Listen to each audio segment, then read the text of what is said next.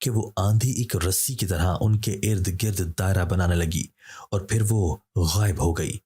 رانی نے بستر کی چادر سے اپنے جسم کو چھپا لیا۔ سامنے اس کا باپ بشام کھڑا تھا، جو اپنی سرخ آنکھوں سے زمین پر گرے ہوئے زخموں سے چور احتشام کو دیکھتا اور کبھی وہ ہم تینوں کی طرف دیکھتا۔ اس نے اپنے شاگرد کو آنکھ سے اشارہ کیا تو وہ احتشام کو گھسیٹتے ہوئے کمرے سے باہر لے جانے لگا۔ عمرو اور اس کے دوست وہاں سے پھر بھاگنے لگے تھے کہ انہیں شدید جھٹکا لگا، گویا وہ کسی نادیدہ حصار میں گھر چکے تھے اور کسی صورت بھی یہاں سے نکل نہیں سکتے تھے۔ جادوگر بشام انہیں لے کر اسی بدبودار کمرے میں پہنچا جہاں جگہ جگہ غلاظتیں پڑی ہوئی تھیں۔ انہیں دیکھ کر تینوں کا ہی دل متلانے لگا۔ جادوگر بشام نے کچھ پڑھ کر ان پر پھونکا تو وہ تینوں ایک شیشے کے جار میں مقید ہو گئے۔ عمرو اور اس کے دوست شدید پریشان تھے کہ یہ اب کیا مصیبت ہے، کیا انہیں قید کر لیا گیا ہے؟ وہ تیزی سے شیشے کے جار پر ہاتھ مارنے لگے تو جادوگر بشام اپنی جگہ سے اٹھا اور انہیں کہنے لگا کہ کوئی فائدہ نہیں، تم اب میری قید میں ہو، لہٰذا جو میں کہوں گا وہ تمہیں ماننا پڑے گا، ورنہ میں تم سب کو مار ڈالوں گا۔ پھر اس نے زمین پر لیٹے ہوئے احتشام کو انتہائی بے دردی کے ساتھ گلے پر چھری رکھ کر ذبح کر ڈالا اور ایک پیالہ اس کی گردن کے پاس رکھا۔